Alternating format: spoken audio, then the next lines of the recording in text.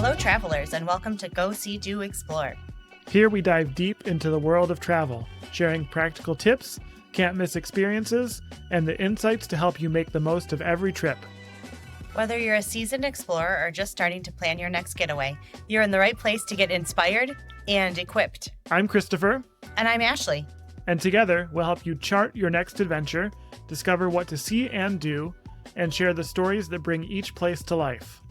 It's time to go, see, and do more. Let's explore.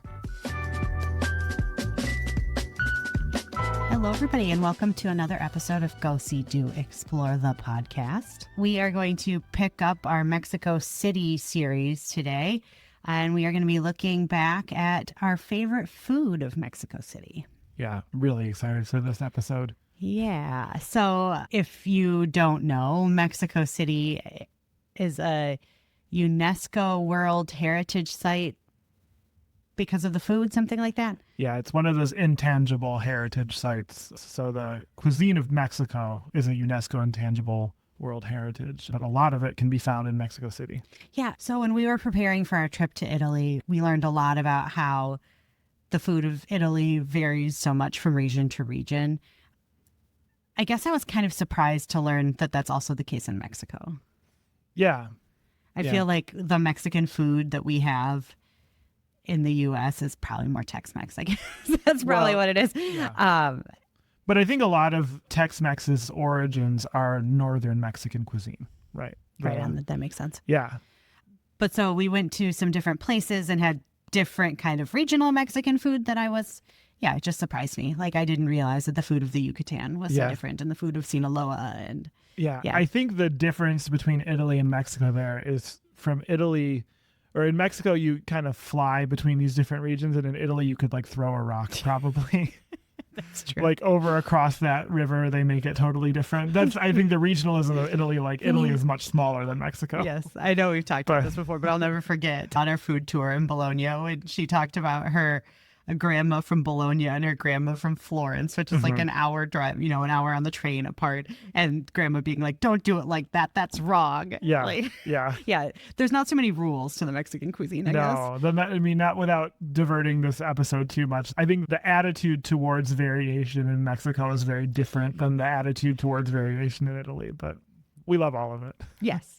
I just kind of wanted to talk a little bit about the food before we dove into our list. Of course. I think you make a good point in that Mexico City itself definitely has cuisine that's local to Mexico City, but one of the strong features of Mexico City is that you can get food from all over Mexico in Mexico City. So we were able to experience a lot of different regions without going to a bunch of different regions. Right.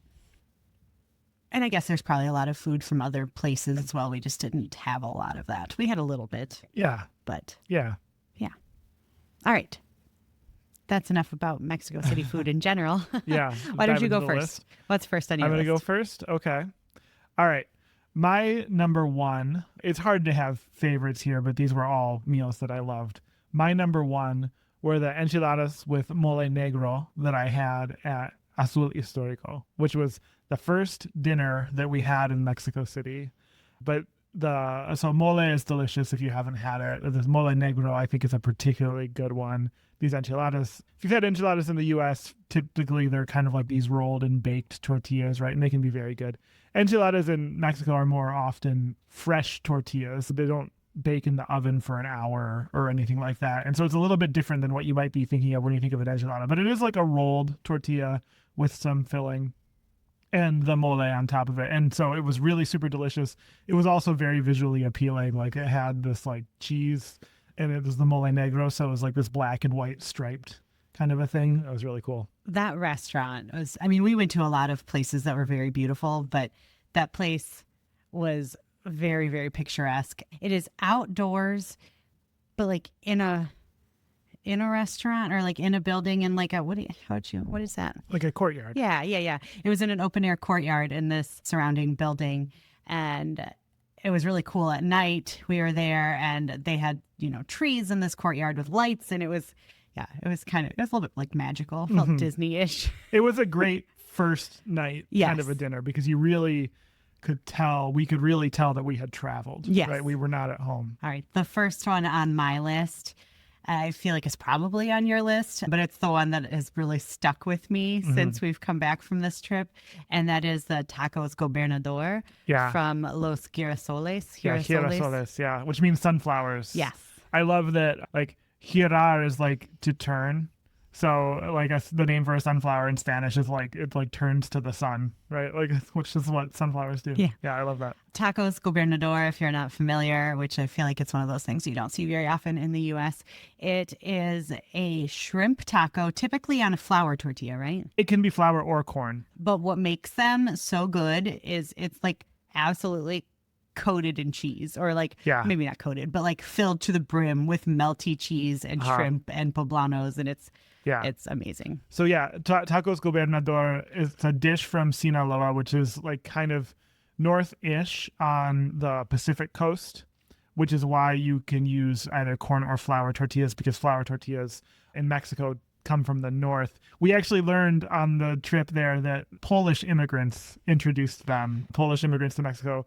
Along with the accordion. Yeah, right. The Polish influence in northern Mexico. So anyway, that's why they can be corn or flour. And then the cheese, of course. But also what's significant about that dish is the quantity of shrimp. Shrimp is typically kind of an expensive protein, but in Sinaloa, being right on the coast, they have a spoil of shrimp. And so it sounds like governor, right? It's because the legend is that in the 80s, someone made these tacos for the governor of Sinaloa. And this is the origin story. And so, they're very popular there, but also in Mexico City, we saw them and they were delicious. Yes. And here, Los Girasoles is a really cool restaurant. It is across the street from one of the art museums. Was it the Modern Art Museum? No, it's the Museo de Arte. It's just, I think, the Museum of Art. It also has like the Museum of the Telegraph. Yeah, there are a couple other museums in this building. But it was cool because we sat outside and we were facing this museum at night. And it was it's not far from the Zocalo, which is where the cathedral is. And it's like the big square in Mexico City. But it was a block off of the main street, and there was just no one around. It was really nice. Yeah, it was a Sunday night that we were there. There was also a plaque on the wall behind us that said they had filmed scenes from the movie Spectre, the James Bond movie, that they had filmed scenes there. So at the restaurant. I don't know. Yeah. All right, what's next on your list? Okay, now I have to choose because I didn't really order these. I will just jump right on that and talk about the other taco that I had at Girasoles. I don't remember what they called it on their menu, but they're typically called tacos placeros. There was something about toros in that one, because what it references is like the Plaza de Toro, where they would have bullfights. And so this particular taco was a taco that was like the taco you ate before you went to a bullfight. And it has like a sausage, like I don't remember if it was chorizo or another kind of sausage, but there's like a sausage in there and some other really good stuff. But I think what is most notable about it and what is so memorable for me is that they have nopales, which are like the cactus paddles, the green cactus paddles that, of course, they take the spiky part off and then chop it. And I had never... It's not a dangerous food. No. Well, as long as it's clean, it's not dangerous. Right. I had never had those before, nopales, and I had no idea what they would taste like. I kind of imagined in my mind that they would taste like bell pepper or something like that, because they kind of look like that. But no, they're like very acidic in a really delicious way, like almost lemony and really, really crunchy. And I've been thinking about these tacos de placero, a lot. So that's one. Same restaurant. Yeah. Yes, 2 votes for Los Girasoles. Yeah. All right. Next on my list is from a stop on our food tour. And when I was looking through our list, it seems like we don't know where this was. So... Okay. Or maybe I just haven't updated it yet. Maybe. It was the Carnitas taco that we had on our food tour. If you're not familiar, carnitas are pork. Is it? Pork shoulder, typically pork butt. Pork shoulder that is cooked in its own fat. Mm-hmm. It's very, very good. But what made this taco special is our tour guide asked me if I wanted it with cheese, which I've never had carnitas with cheese before. And so they added some of the probably quesadilla. Yeah, something like that. Like a soft white cheese. Yeah. Like, kind of like Monterey Jack is what that's similar to. And it just took it to a different level that when I go to our local taco place, I want my carnitas taco with cheese from now on. Yeah, I feel like usually when you encounter carnitas, at least around here, usually if there is cheese, it's like a queso fresco. It's like a fresh, crumbly cheese. But no, that was Yeah, it was some sort of like a melty white cheese that Yeah. was really good. And it was very good, and I would like more of it. Yeah. I'm trying to see if we can quickly figure out where that was. Did some research. That was from El Consentido. Consentido. Yep. Yeah. Cool. Glad. See, this is why when you're on a food tour, you make a map.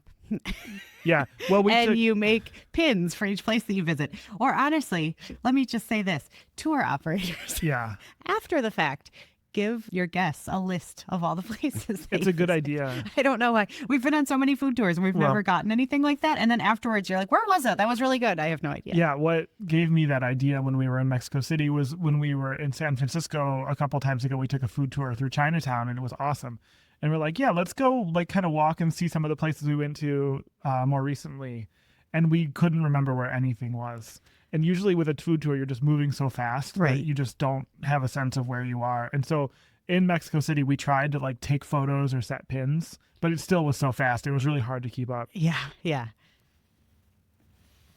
All right. What's next on your list? Okay, now I have to make a decision, and I have a lot of options. I am going to say, because I want to make sure we mentioned this, that one of my favorite things I ate when we were in Mexico City was when we were with Lucia, when we did the cooking class. Everything there was delicious, but if I have to pick one thing to talk about, I want to talk about these quesadillas that we made with her.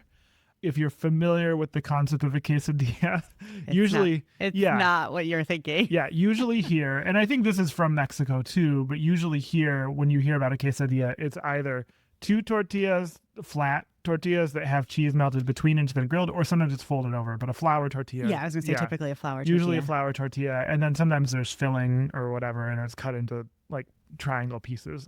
I do think that that is a Mexican thing, but in Mexico City, the quesadillas are a little different. What it is it's like you take masa, like you're making corn tortillas, and you flatten it, like kind of like you would for a corn tortilla, use a tortilla press. But then you put in there cheese and some kind of filling. You fold it over kind of in the shape of like an empanada. It doesn't taste anything like an empanada, but the shape is very much like an empanada. And then you fry it.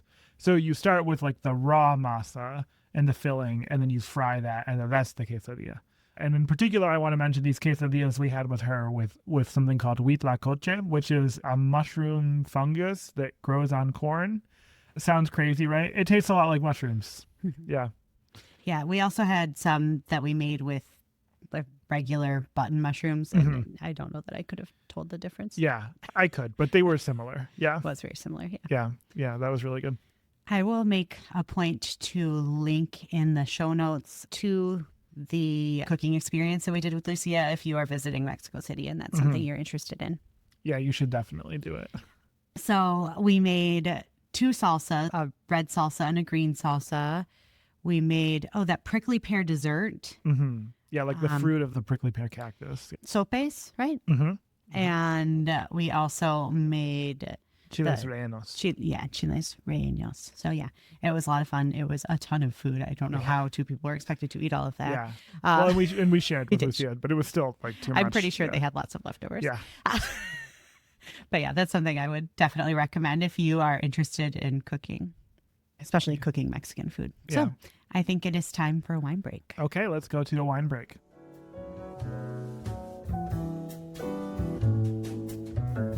We're here for a wine break on location. Again. Once again. We're at a winery on Leland Peninsula in Michigan called Bel Lago. It's one we've been wanting to come to for a while, but this is our first time here. On the last one, I didn't mention that my glasses are all messed up, so I'll mention it now. Yeah, I sat on my sunglasses, so if you're noticing, if you're watching on video, it doesn't matter. Sorry. I break sunglasses all the time. We got to the last winery and he's like, where are my sunglasses? And he went back to the car looking for his sunglasses, but he sat down, crunched. Yeah, There they are. exactly. But we're at Bel Lago, and the wines here are really good. Yes. Yeah, I have 4 reds, all of them award winners, and all of them really, really great. In particular, I really love this Blaufränkisch. Blaufränkisch is one we always look out for, and it's got like this warming spice thing going on that's really, really great. What do you have? I went with their sparkling and their whites and a rosé, but they have 3 different types of Ossois, which is a winery or a wine that you don't see very often. It is related to Chardonnay. I first had it at Hawthorne on Old Mission in Michigan, but this What's this one? This Oswa Moreno has 3 different awards. It won double gold, gold, and gold at different wine competitions. On their menu here, it says that Bel Lago won the Michigan Winery of the Year at the New York International Wine Competition. So they've got good stuff going on here. Yeah, you should come here. This is a really great one. And we'll show the view behind us, but we're looking out at Lake Lulaw. Very nice. Yes. So anyway, we're going to enjoy our wine now. Yeah. Good wine break.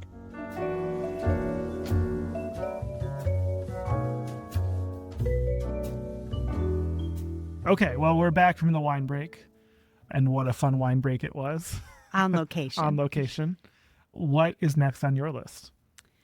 I am going to go to a place that we visited a couple times for dessert, and that is Churreria El Moro. I'll be honest, I was surprised this wasn't the first one on your list. Yeah. Yeah, so El Moro is probably the most iconic place to get churros in Mexico City. I won't say that the other places aren't good, because we did have some good ones in another place. We really only went to one other place, though. And Yeah. who knows? I'm sure there are tons of places. Yeah. But the churros were hot and delicious, and you could get them with chocolate to dip. They also had like hot chocolate or, cold chocolate, which I think is basically chocolate milk. Yeah. That you see adults drinking, and that's okay. They had like milkshakes and stuff too. We didn't do that. But they had that. No.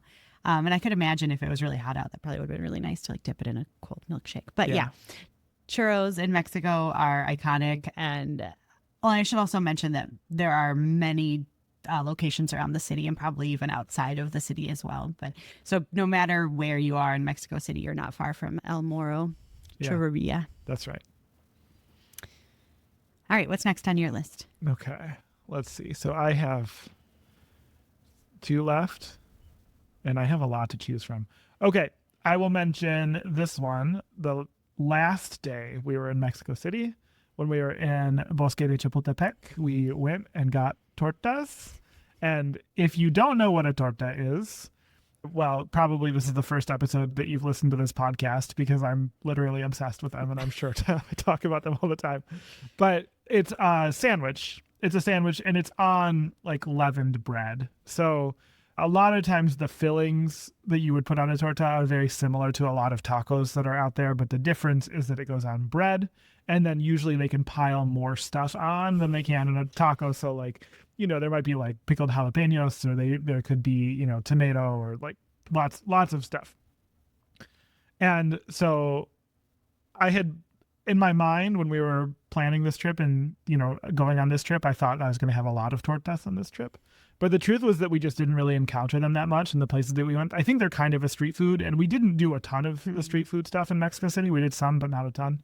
And so the last day I had to make sure that I got a torta, and it was a good one. It was a really good one, and it came with like a pitcher of agua fresca. It was Gosh, it was so I got much. horchata, which was delicious too. Yeah, I was like, who drinks all this? It was like a pitcher. Yeah, it was really good. I think I had pastor. Does that sound right? I actually don't remember even which one I had. No, I don't think you had pastor. Like carnitas, carne asada. I don't remember. It's who knows? I know I had a We have pictures. milanesa. Yeah, you had a milanesa. I remember that. But it was great just eating outside in Chapultepec, which is this very large park in the center of Mexico City that I think we've mentioned. But yeah. Definitely bring cash for this experience. Yeah. So I think there must have been a cell tower down that day or something like that. I didn't have cash on me. Because it was our last day It was and our we were last leaving. day. Yeah. And so I asked, right up front, if they accept cards, and we found a place that said, yeah, we accept cards. But then like they were using some sort of a mobile broadband type processor, and like it took forever to get it, like to get a signal and get it. Yeah, and there are no ATMs anywhere near that park. No. So it was kind of we're just going, well, I guess we'll sit here until they figure it out, because they told us that it was fine. So, but yeah, having cash, I mean, that's not really like some special tip. Like, No. But like, yeah, in that situation, yeah. Yes. What's next for you? All right. I'm going to go to a place that might be surprising to people that are listening, because I am not going to go with traditional Mexican food, and we are going to Canton Mexicali in Roma Norte. It is, as the name implies, it is a Chinese restaurant. Yeah. in Roma Norte, which is this kind of like trendy neighborhood in Mexico City that's known for its dining and variety of foods. And yeah, it was probably some of the best Chinese food I've ever had. Yeah. Now it was fusion. Yes, right? yes, yes. To be clear. I mean, the it name was- kind of implies a fusion of Cantonese and Mexican Yes. food. Yes. And yeah, that was really, really good. Yeah. I don't remember exactly what it was that we had, but both of the dishes were very good. And like you thought it was some of the spiciest food that we had all trip, which I was debating whether to bring this up or not. you don't want to get in trouble. I don't want to get in trouble. Okay, Mexico City, I love you. People of Mexico City, I love you. I was expecting the food to be very, very spicy, and I love spicy food. So that was a good thing for me. And I think this is the conclusion that I'm drawing. The places that we happened to go to, most of them, the food was spicy, but not that spicy. And I don't say that as like a blanket statement that there is no spicy food in Mexico City, because we did encounter some, like at Canton Mexicali, for sure. A couple other places too. But don't take offense. But yeah, it was like, I was actually surprised. Now, I read an article, and I don't remember where, maybe we can find this if it's findable. I read something like maybe a month before we left on this trip that there was actually a controversy in like the street food in the Zocalo area because a lot of vendors were choosing to make food less spicy to cater to tourists. And so it is entirely possible that that was our experience in a lot of places, that food is less spicy even than it used to be. I don't know that that's what we encountered, but like, yeah, I read that like maybe a month before we went. But yeah, all this to say, Canton Mexicali, yes, definitely had some spicy food. Yes. And it was all very good. And I feel like it rivaled in kind of like the high-end Chinese food department. It rivaled what we had at China Live in San Francisco. The experience, I think, was a lot like China Live. It was much smaller, and it was a little bit lower key than China Live, but it definitely had that kind of atmosphere. Yeah. So yeah, if you are looking for a break from the Mexican food in Mexico City, Canton Mexicali was wonderful. Or just a different take on it. And I think like the areas of Roma and Condesa are both known for innovative takes on Mexican cuisine. And so if that's something that sounds good to you, those are neighborhoods that you should check out the restaurants in. All right. What's your last one? I started with an enchilada, and I'm going to finish with an enchilada. So when we went to Xochimilco, I had a feeling this was going to be on your list, so I didn't put it on mine. We can't not say this one. When we went to Xochimilco, we kayaked in the early morning, and then we went and spent time on a farm on a chinampa. And on the chinampa, the farmers served us breakfast, and that breakfast was another type of enchilada, a very different type of enchilada than what we had or what I had at Azul Histórico. This is more of like a stacked style. I've heard this referred to as a Sonoran style enchilada, which is in the north. Sonora is in the north. But they don't roll them. It's just like, think about like if someone gave you a plate of pancakes, except it was tortillas. And then instead of maple syrup is like a tomato sauce. Or I think a lot of times it's like a chili sauce, like a red or green chili sauce. But this was definitely a tomato sauce on this farm. And then on top of that, there was goat cheese from like the goat that we could see from the table we were eating at. And that plus some coffee on the farm, which I think was the best coffee we had all trip, was that coffee we had on the farm, plus some fried eggs. And I think there was refried beans too. there were some beans, yeah. And then salsa matcha, which is something I've been wanting to try for a long time but hadn't encountered it. Salsa matcha, if you haven't heard of it, it's very popular in the US right now in like trendy Mexican restaurants. It's the only salsa I'm aware of that uses oil. So usually salsas are just like a puree or like a, cut up tomato, vegetables, things like that. Salsa matcha, it's kind of like, I think it's riding the coattails of the chili crisp craze in the US, obviously not in Mexico, but in the US it's riding the coattails of the chili crisp craze because you kind of fry the salsa in oil a little bit. And I think that's what makes it distinct. But yeah, I tried that for the first time, really liked it. Lila said, oh yeah, it's not too spicy. We were talking about my experiences and having a hard time finding spicy food. The food was great, and one of the best environments to eat in that we were in the whole trip too. Oh yeah, it was wonderful, unlike anything else. And I feel like it's something that a lot of people that visit Mexico City miss. Oh yeah. You take your trajinera and you just go right by. Right. I mean, I think we would say we're going to talk more about this when we talk with Lila and some of these other things. But I think Xochimilco, like if I had to tell you to do one thing in Mexico City, that might be the one thing. I mean, it would certainly be on a very short list of things. All right. My last one, I've got some decidings to do. Yep. I think I'm going to go with our breakfast at Sanborn's. Oh, good. At, what is the full name of that place? Casa de los Azulejos. Yes. Which is like, the azulejos is the Spanish word for, what is the Portuguese word? Achuelos? Ajuelos, yeah. Sorry. Portuguese pronunciation is hard. But Portugal is very famous for these blue tiles that are all over everything. Yeah, especially in Lisbon. It was everywhere. Yeah, and Casa de los Azulejos looks like that. It looks like it's from Portugal. It's got all the tiles on the outside, which really surprised me because I didn't realize that was a thing on this side of the ocean. Yeah. But yeah, so it was an absolutely beautiful exterior of the building. And yeah, everybody kept saying, oh, you have to have breakfast there. So one of our last days, we finally made it there for breakfast. And I had sopes with, I don't remember what I know it's like steak. I don't remember if it was carne asada or if it was something else. But was it encebollada? Was it? No, probably not. I could show you the picture. Would you be able to tell from the picture? No, I would not be able to tell. It just looks like pieces of meat. Yeah. It's like a carne asada, whether they called it that or not. That's kind of what it was. Yeah.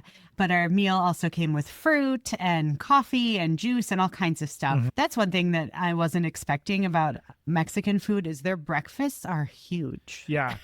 Well, and especially like our last big international trip was to Italy, which they don't really do breakfast there. It's just like a little pastries. Pastry and your espresso, and that's going to keep you going for a little bit. Mexico is the opposite. Exact opposite. Like, here's all the food. Bring all the food. All the food. I mean, the good thing about that is like you can have a big breakfast and it'll probably hold you over until late afternoon and then have like a couple street tacos and then you'll be good until like a later dinner time. But yeah, it was, I wasn't prepared for the enormous breakfast. Yeah. So that place in Casa de los Azulejos is a Sanborns. Sanborns is like a convenience store chain in Mexico City and maybe in other parts of Mexico too. I don't know. But typical convenience store for most of their locations. This location is really interesting though. And they called it like, was it like Tienda Americana? Or I don't remember, but it was like supposed to be like in the style of a U.S. store. Like a department store. Like a department store. Oh yeah. So there was this restaurant, really nice restaurant with this cool art on the wall and all that. There was like a bigger convenience store that was more like a supermarket in the U.S. And then there was there was a cafe too, like a coffee shop on like around the corner, I think. Well, I do remember that. So we came in, I don't remember what the street was that we came in on.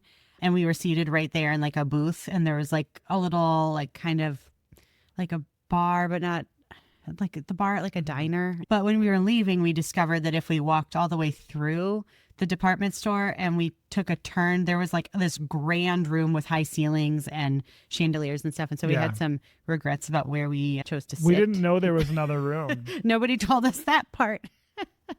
Yeah. But that was interesting. It was like a store, a restaurant, like, a bunch of stuff going on in there. But it was cool. Yeah. So I think that was our top 10. Those are our top 10. Do you have any honorable mentions? I mean, I could just read the rest of my list. It was all good. There was only one meal that we had. We won't mention where, but there was one meal we had that, like, it wasn't actually even really that bad, but just compared to everything else, it was very disappointing. I mean, the thing that happened is we ordered queso fundido as an appetizer, and it was like liquid. We're pretty forgiving as far as restaurants go, but that was a hard thing to let go. Yeah. So the other, I think, iconic things that I want to mention, I got to try because it has a funny name. We went to this place, La Prosperidad Loncheria in Roma Norte, and I got to try the classic huevos divorciados, which like divorced eggs is what it means. You put green salsa on one egg and red salsa on the other egg, and so that was kind of a classic. I also wrote down, because it's another, I think, iconic place, Tostadas de Coyoacán, which is in the Coyoacán market, and we had some tostadas there and also some really good agua fresca. Yes. My one honorable mention was my enchiladas in mole negro from Antolina. Oh, yeah. You already talked about enchiladas, though, so I decided Yeah. to skip it.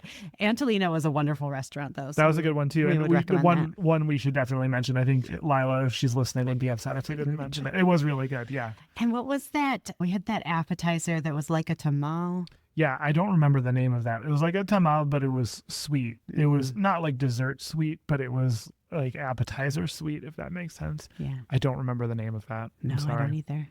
I don't think I could look it up quickly. You didn't want to talk about La Mascota?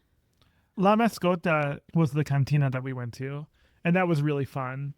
The cantina experience was basically, they give you a short list of the food you can order, and it's a flat price, and you just order what you want. The reason why I didn't pick anything on La Mascota is, one, I don't really remember the names of most of what we had. That is true. Like, I didn't really know what it was, just kind of ordered it and got it, and it was delicious. There was that chicken and like that green sauce. Yeah. You had some kind of soup. I had a soup that was good, but I don't really know what was in it. It was just like, let's just eat cantina food. And the craziest thing was like this pasta salad. Do you remember this? It was something con fideos, maybe. I feel like it was called something Hawaii. It was. It absolutely was like a Hawaiian pasta with like ham and pineapple. Pineapple and like, that was I wild. don't think it was mayonnaise, but like some kind of like cream sauce. Yeah.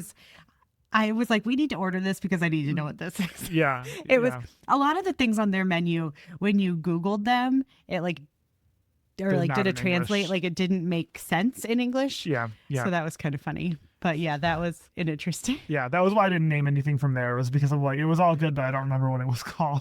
I couldn't tell you. Yeah. All right. Well, that is our top 10 things that we ate in Mexico City.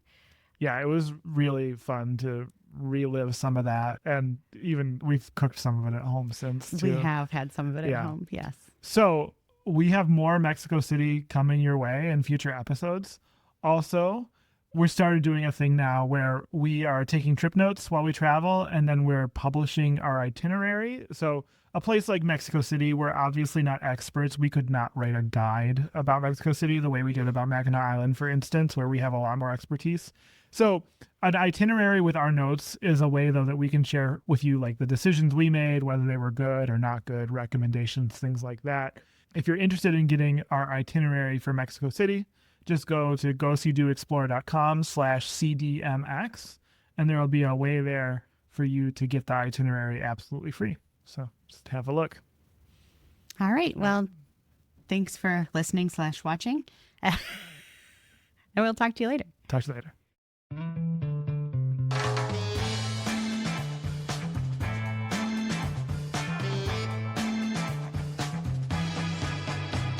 That's all for today's episode of Go See Do Explore. Thanks for joining us in sharing the wonder of travel.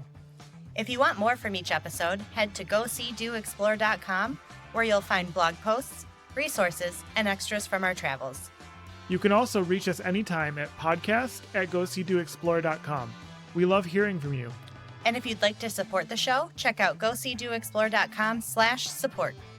We've got subscriber levels that unlock benefits like our full trip itineraries and notes, a private Discord for travel chat, and even postcards and souvenirs from our adventures. Don't forget to rate and review the podcast. It helps more travelers like you find us. Until next time, I'm Christopher. And I'm Ashleigh. Keep exploring, keep discovering, and we'll see you out there.